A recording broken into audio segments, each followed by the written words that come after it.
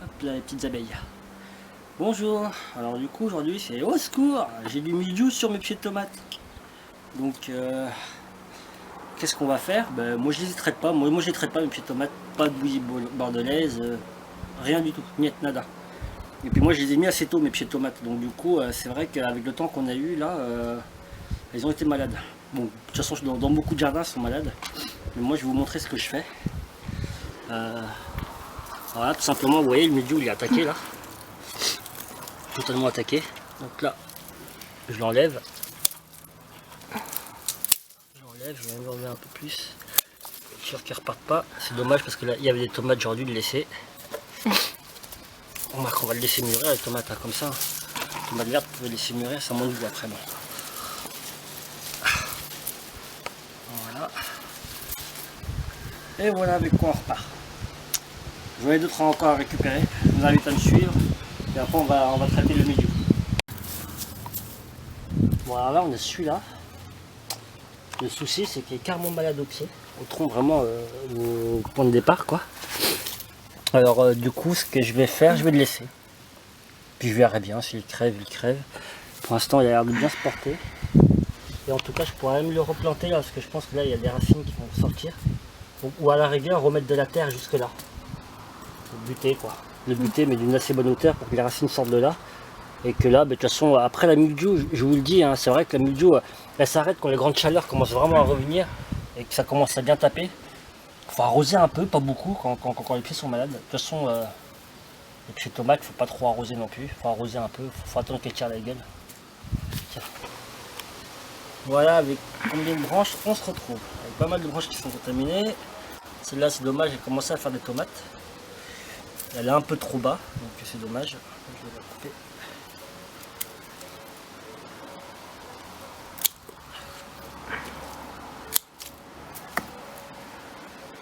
Vous avez bien, en plus elle tire un peu la gueule, elle manque d'eau. Donc elle tire un peu la gueule, c'est pas plus mal. Elle s'adaptera mieux. Là aussi c'est pareil, c'est un petit peu de mildiou, c'est pas grave. C'est pas la fin. Donc ça c'est ça c'est une branche de tomate cerise, je crois. Pareil.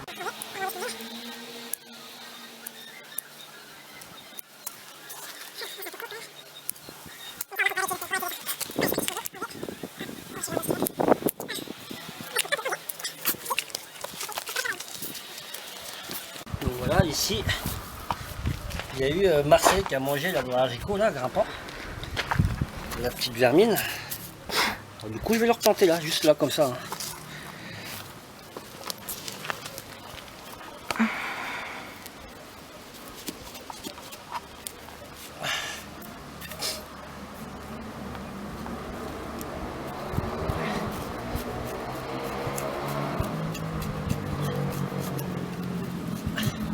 Pas trop quelle heure il est, mais là on a pratiquement déjà de l'ombre. Ça c'est pas forcément bon pour un pied qui a déjà été contaminé par le mildiou, parce que pour vraiment contrer le mildiou, c'est la chaleur et du soleil quoi.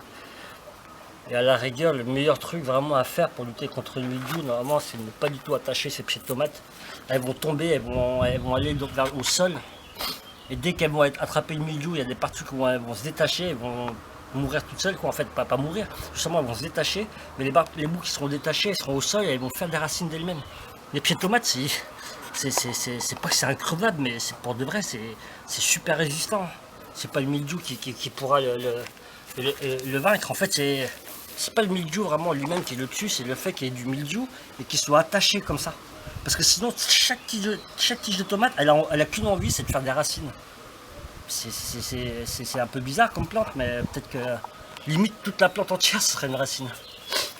Donc voilà. Allez, on va en mettre une autre là.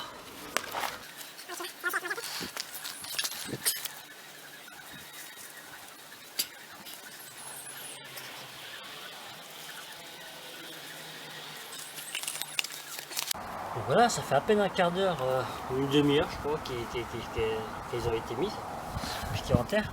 Elles tirent vachement à la gueule, c'est tout à fait normal, ne vous inquiétez pas. Vous n'êtes même pas obligé de les arroser, elles vont quand même revenir. Mais bon, le mieux c'est quand même de les arroser, pour être sûr. Et elles vont tirer la gueule comme ça pendant une journée ou deux. Oh là, ça c'est pas bon. Faut que ça aille trop. Alors, la meilleure façon d'arroser, c'est vraiment d'en mettre un tout petit peu. Attendre que la terre elle boit l'eau. D'en remettre un peu. Pour éviter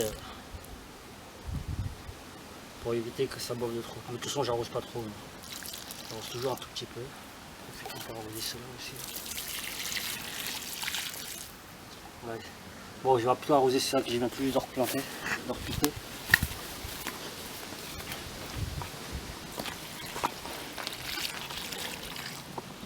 Vous voyez, elle tire vachement les gueules. Et je vous invite à suivre sur le site justement l'évolution. Parce que elles reprennent très vite, hein. Elles reprennent très très vite. Donc voilà. Et du coup, je vous remercie d'avoir regardé la vidéo. J'espère que ça va vous servir. J'espère que ça va marcher aussi. Moi, ça avait marché l'année dernière. Donc voilà. Affaire à suivre. Je vous remercie. Au revoir.